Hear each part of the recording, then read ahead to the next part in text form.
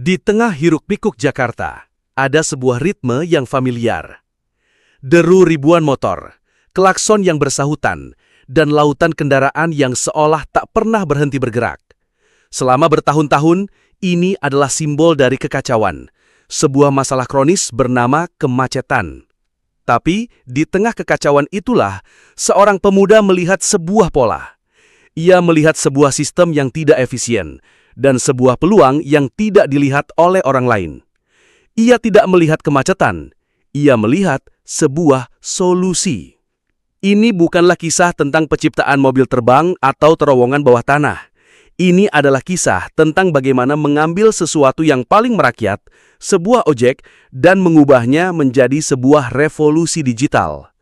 Ini adalah kisah Nadiem Makarim, sang pendiri Gojek.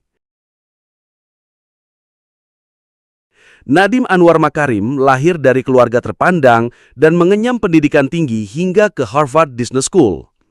Saat kembali ke Jakarta untuk bekerja sebagai konsultan, ia mengalami frustasi yang sama seperti jutaan penduduk lainnya.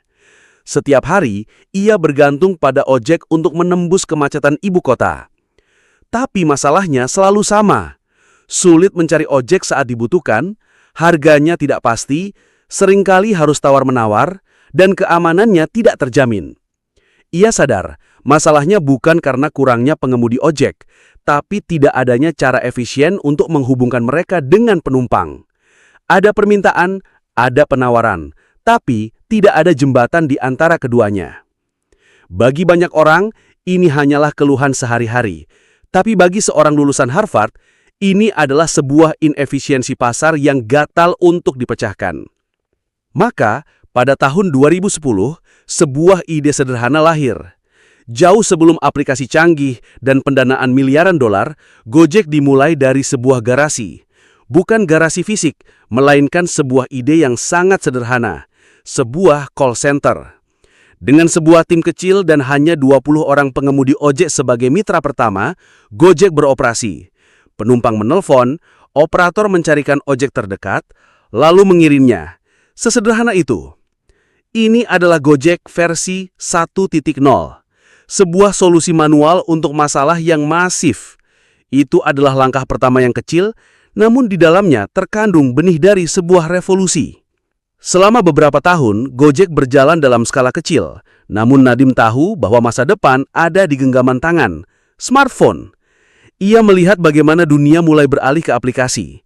Ia tahu, untuk benar-benar memecahkan masalah ini dalam skala besar, Gojek harus berevolusi.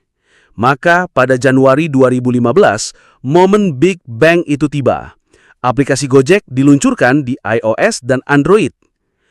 Ledakannya di luar dugaan. Dalam sekejap, orang-orang bisa memesan ojek hanya dengan beberapa sentuhan jari. Harga yang transparan, identitas pengemudi yang jelas, dan pelacakan GPS memberikan rasa aman yang belum pernah ada sebelumnya. Dalam waktu singkat, jalanan Jakarta dipenuhi oleh lautan jaket dan helm berwarna hijau. Tapi, Nadiem tidak berhenti di situ. Ia menyadari bahwa para pengemudi ojeknya adalah sebuah jaringan logistik yang luar biasa.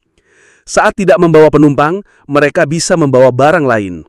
Maka, lahirlah GoSend. Lalu ia berpikir, mereka juga bisa mengantarkan makanan.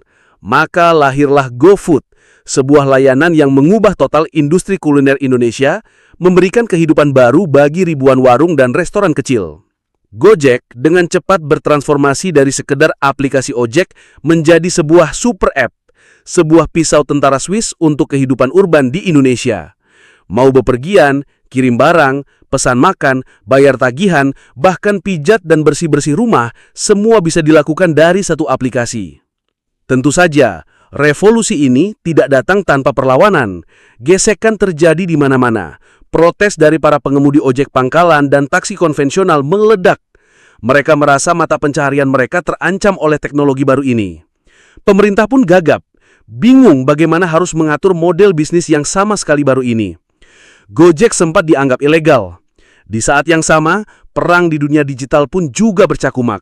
Kompetitor dengan dana tak terbatas masuk, membakar uang untuk mendapatkan pangsa pasar. Jalanan bukan hanya hijau, tapi juga diwarnai oleh para pesaing. Itu adalah era diskon besar-besaran, sebuah pertarungan brutal untuk merebut hati dan dompet konsumen Indonesia. Namun di tengah semua tantangan itu, Gojek tetap tumbuh. Karena ia tidak hanya menawarkan layanan, ia menawarkan solusi nyata bagi masalah nyata. Ia memberikan penghasilan bagi ratusan ribu mitra pengemudi, ia memberikan akses pasar bagi puluhan ribu UMKM kuliner, dan ia memberikan kemudahan bagi jutaan pelanggannya. Gojek telah menjadi bagian tak terpisahkan dari denyut nadi kehidupan di Indonesia. Dari 20 ojek, Gojek tumbuh menjadi sebuah dekakorn, sebuah startup dengan valuasi di atas 10 miliar dolar, sebuah simbol kebanggaan teknologi nasional. Nadiem Makarim telah mencapai puncak dunia korporat yang diimpikan banyak orang. Lalu, pada tahun 2019, ia melakukan sesuatu yang tidak pernah diduga oleh siapapun. Setelah diumumkan sebagai salah satu menteri dalam kabinet baru Presiden Joko Widodo, Nadiem membuat sebuah keputusan radikal. Ia menangguhkan jabatannya sebagai CEO di perusahaan raksasa yang ia bangun dari nol. Ia meninggalkan dunia bisnis yang penuh keuntungan dan memilih untuk masuk ke dunia pelayanan publik yang penuh tantangan. Ia menjadi Menteri Pendidikan, Kebudayaan, Riset dan Teknologi. Dunia terkejut. Mengapa seorang raja startup mau terjun ke dalam labirin birokrasi? Bagi Nadiem, jawabannya mungkin sederhana. Ia melihat sebuah masalah inefisiensi yang jauh lebih besar dari sekedar ojek. Ia melihat sistem pendidikan nasional sebagai sebuah sistem operasi raksasa yang perlu didibak dan di-upgrade. Dengan program Merdeka Belajar, ia mencoba menerapkan mentalitas startup ke dalam dunia pendidikan. Mendobrak aturan yang kaku, memberikan otonomi, dan fokus pada hasil, bukan sekedar proses. Ini adalah pertaruhan terbesarnya. Medan perangnya Nakatia Bati, jauh lebih kompleks dan musuhnya adalah sistem yang telah mengakar selama 20 tahun. Kisah Nadiem Makarim adalah kisah tentang seorang tokoh modern yang unik. Ia adalah seorang pemecah masalah. Dari gang sempit di Jakarta hingga koridor kekuasaan di pemerintahan, ia terus mencari sistem yang rusak untuk diperbaiki. Warisannya bukanlah sekedar aplikasi di ponsel kita, melainkan sebuah pola pikir bahwa inovasi terbesar seringkali datang dari frustasi paling sederhana, dan bahwa anak bangsa Indonesia mampu menciptakan solusi kelas dunia untuk masalah di negerinya sendiri.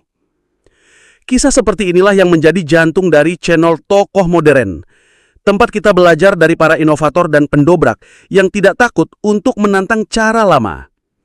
Terima kasih sudah menonton sampai akhir. Dari perjalanan Nadiem, mana yang lebih menginspirasi Anda saat ia membangun Gojek dari nol atau saat ia memutuskan untuk masuk ke dalam pemerintahan? Dan siapa tokoh Indonesia lain yang layak mendapat julukan tokoh modern? Bagikan pemikiran Anda di kolom komentar.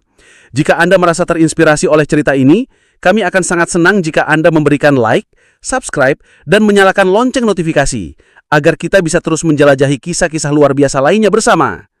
Sampai jumpa di episode berikutnya. Teruslah belajar bersama kami, Tokoh Modern.